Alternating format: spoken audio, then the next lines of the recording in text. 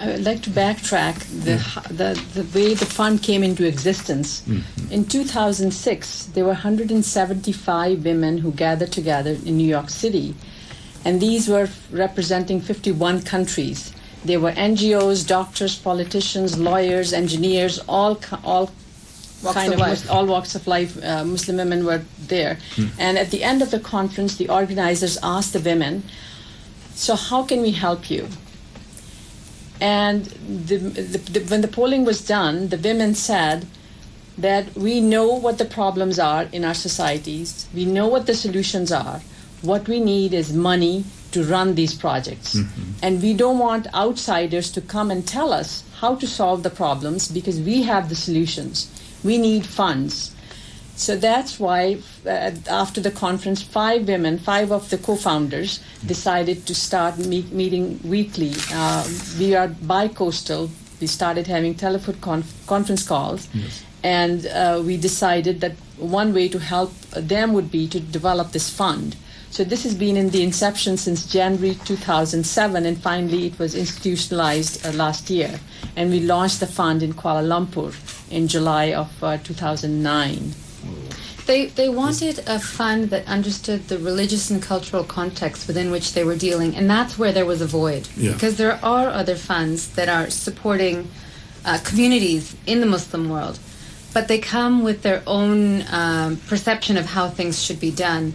So what resonated with these women was that we need a fund that understands, or we need an entity, I don't even know if the word fund was used, that understands the religious and cultural contexts within which we're dealing. Mm-hmm. So it's not somebody coming in and saying, as I said earlier, that this is not right or this is un-Islamic. Yeah. And so we took our time. We did our due diligence, and we didn't want to be redundant. We wanted to fill a void. And we recognized that there was not one single organization that had the needs of 800 million Muslim women and girls and the communities they live in mind. Yeah, and perhaps you being Muslims is helping because you have an understanding of Islam. Absolutely. So you can it helps you in carrying out this project.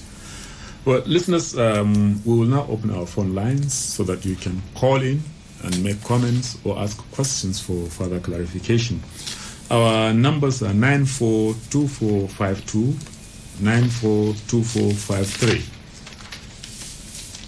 If we may, there's Dr. Sarwat Malik has a very, I think, moving personal story. Yeah. If she could tell it, that really illustrates why knowledge is so important for women to have and how it enables them to, in this particular case, protect their own health and work within legal parameters to protect oneself. And if we may, right before we open it up to listeners, I think that this is a very instructive story. Yeah, she started when she said education helps women. It's a little bit. It's a personal story.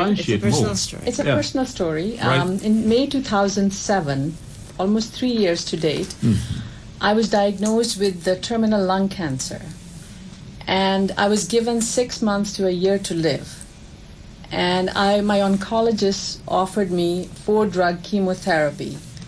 But my own research indicated that there was a new drug in the pipeline which had just been released as a second-line drug after failing chemotherapy. Yeah. And the more I studied, the more I felt that this would be the drug for me, because I'm a non-smoker, never smoked in my life. To develop a lung cancer, I felt that I probably have what we call EGRF receptor positive status. Yes. At that time, even my physician didn't know what that meant, but my research helped me gear them towards diagnosing my cancer and categorizing it to the type which would respond to this particular drug called Tarceva, which had just become available as a second-line drug. So I had to struggle my way through my oncologist and my insurance company to get this drug approved. And I think that drug may have saved my life or extended it because of the information I had as a physician and as a scientist. I stood up for my rights and I demanded that I receive that drug. And the drug finally got approved for me, and I'm on it since 2007.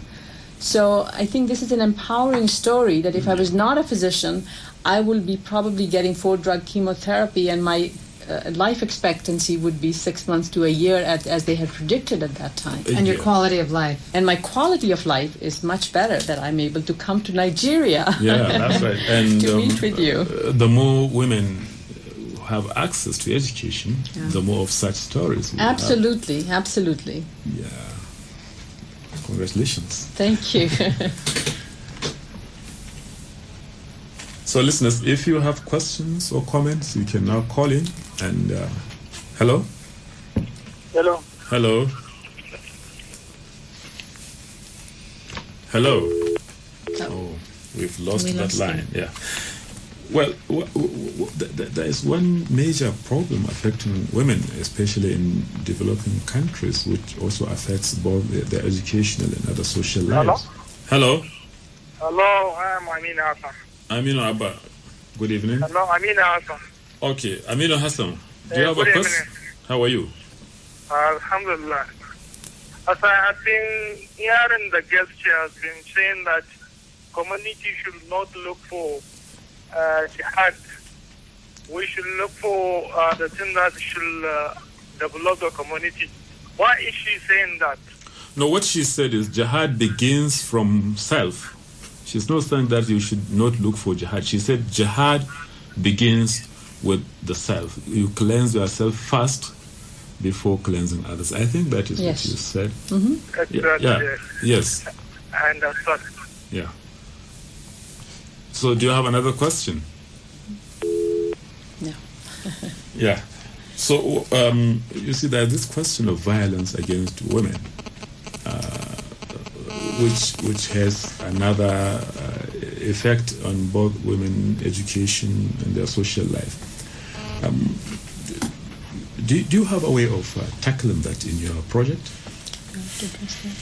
At the moment, we do not have any component to that, but we are creating awareness along with the American Society for Muslim Advancement, called ASMA Society. Yes. They have recently launched a project Jihad Against Violence.